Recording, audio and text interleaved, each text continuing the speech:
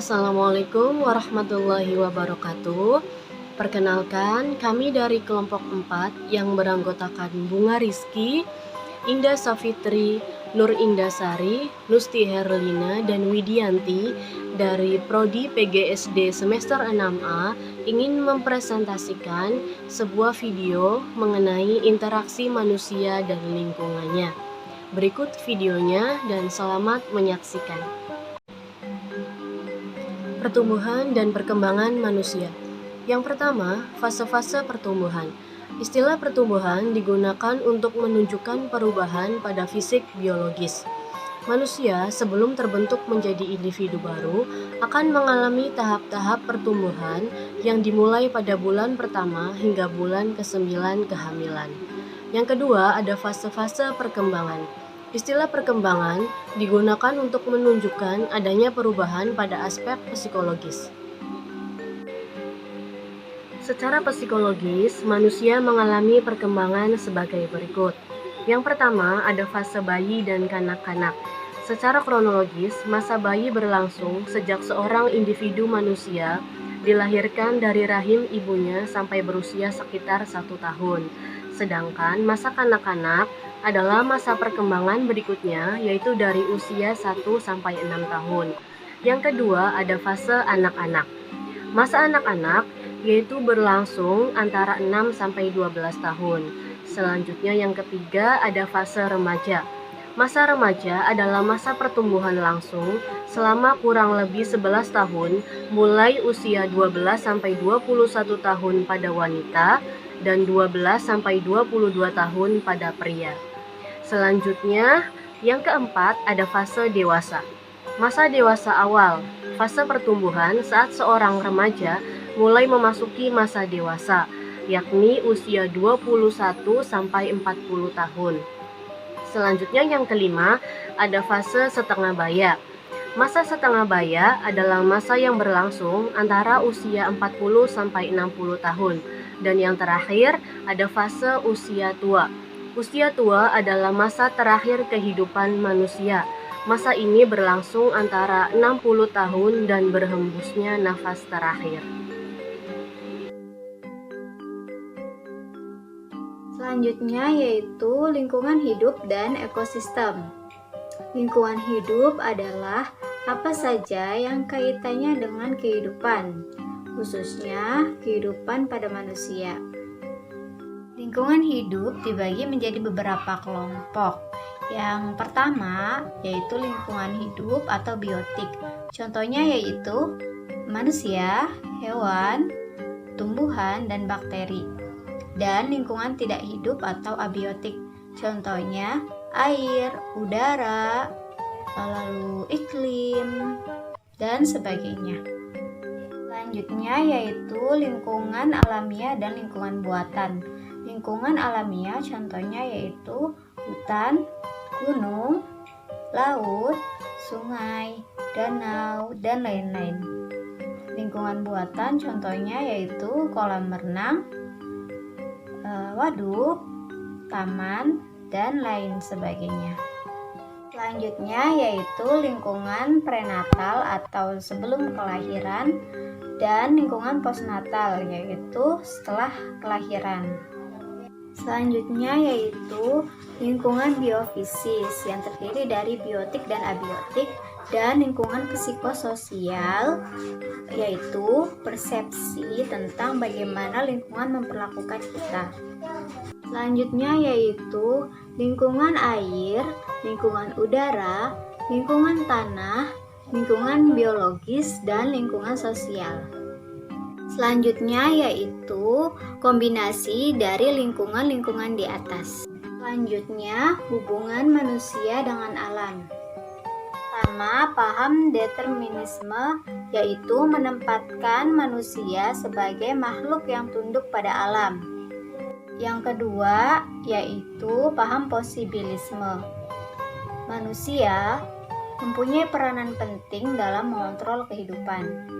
Ketiga yaitu paham optimisme teknologi, penerapan dan pemanfaatan teknologi sebagai Alat alternatif untuk kehidupan manusia bagi sebagian kelompok memiliki ketergantungan terhadap teknologi dan menempatkan teknologi di atas segala-galanya. Terakhir yaitu paham keyakinan ketuhanan. Paham ini menyatakan bahwa alam semesta dan isinya diciptakan oleh Tuhan Yang Maha Esa. Selanjutnya, C. Faktor-faktor yang mempengaruhi lingkungan hidup. Di dalam lingkungan terdapat berbagai macam komponen, yaitu komponen biotik dan abiotik, yang keduanya saling berhubungan, di mana salah satu komponen tersebut yaitu manusia. Manusia merupakan komponen yang sangat berpengaruh terhadap lingkungan dengan ilmu pengetahuan teknologinya. Nah, jadi faktor yang sangat berpengaruh dalam lingkungan hidup salah satunya adalah manusia. Selanjutnya, D. Ekosistem. Ekosistem yaitu suatu sistem ekologi di suatu tempat tertentu yang merupakan jalinan hidup di antara komponen-komponennya dalam satu kesatuan yang dipadukan oleh arus materi dan energi. Di dalam ekosistem terbagi menjadi dua, yaitu yang pertama ekosistem darat dan yang kedua ekosistem perairan. Di dalam ekosistem juga terdapat komponen-komponen ekosistem. Yang pertama ada substansi abiotik, yaitu komponen fisik dan kimia yang terdiri dari tanah, air, gas, udara, sinar matahari, dan sebagainya. Dan yang kedua ada produsen. Produsen yaitu tumbuhan berklorofil yang mengsintesis bahan makanan dari bahan anorganik sederhana. Yang ketiga, konsumen. Konsumen adalah organisme heterotrofik seperti hewan dan manusia yang memakan organisme lainnya.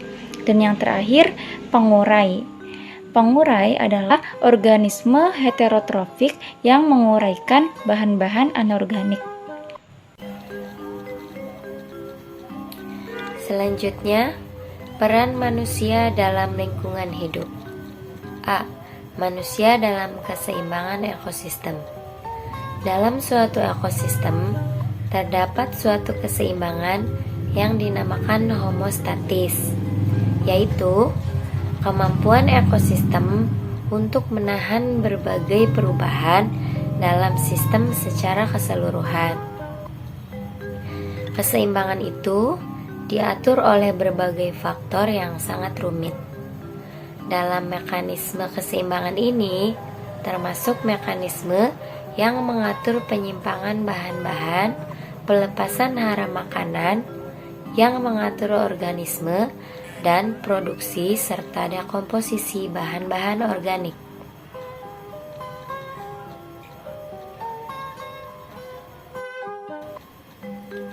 Selanjutnya yang B, peran manusia pada alam lingkungan hidupnya.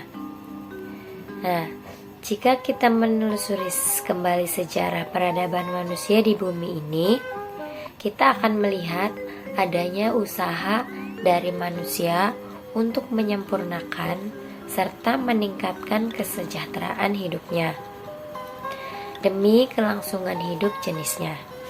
Pada saat manusia hidup mengembara, mereka hidup dari hasil perburuan, mencari buah-buahan serta umbi-umbian yang terdapat di hutan-hutan.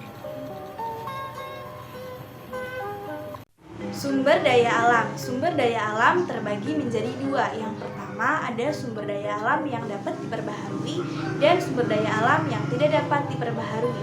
Contoh sumber daya alam yang dapat diperbaharui yaitu padi, rempah-rempah, dan bahan pangan dari pertanian lainnya. Ya, contoh dari sumber daya alam yang tidak dapat diperbaharui adalah seperti gas, minyak bumi, batu bara, air, dan lain sebagainya. Nah, untuk penggunaan sumber daya alam itu sendiri yaitu ada dari pertanian dan tanah, hutan, air, dan bahan tambang. Permasalahan yang timbul meliputi erosi dan banjir, pencemaran lingkungan seperti pencemaran air, udara, dan tanah. Kemudian ada penggundulan hutan dan global warming. Sekian presentasi dari kelompok kami. Jika ada yang ingin ditanyakan, boleh langsung di kolom komentar ya. Wassalamualaikum warahmatullahi wabarakatuh.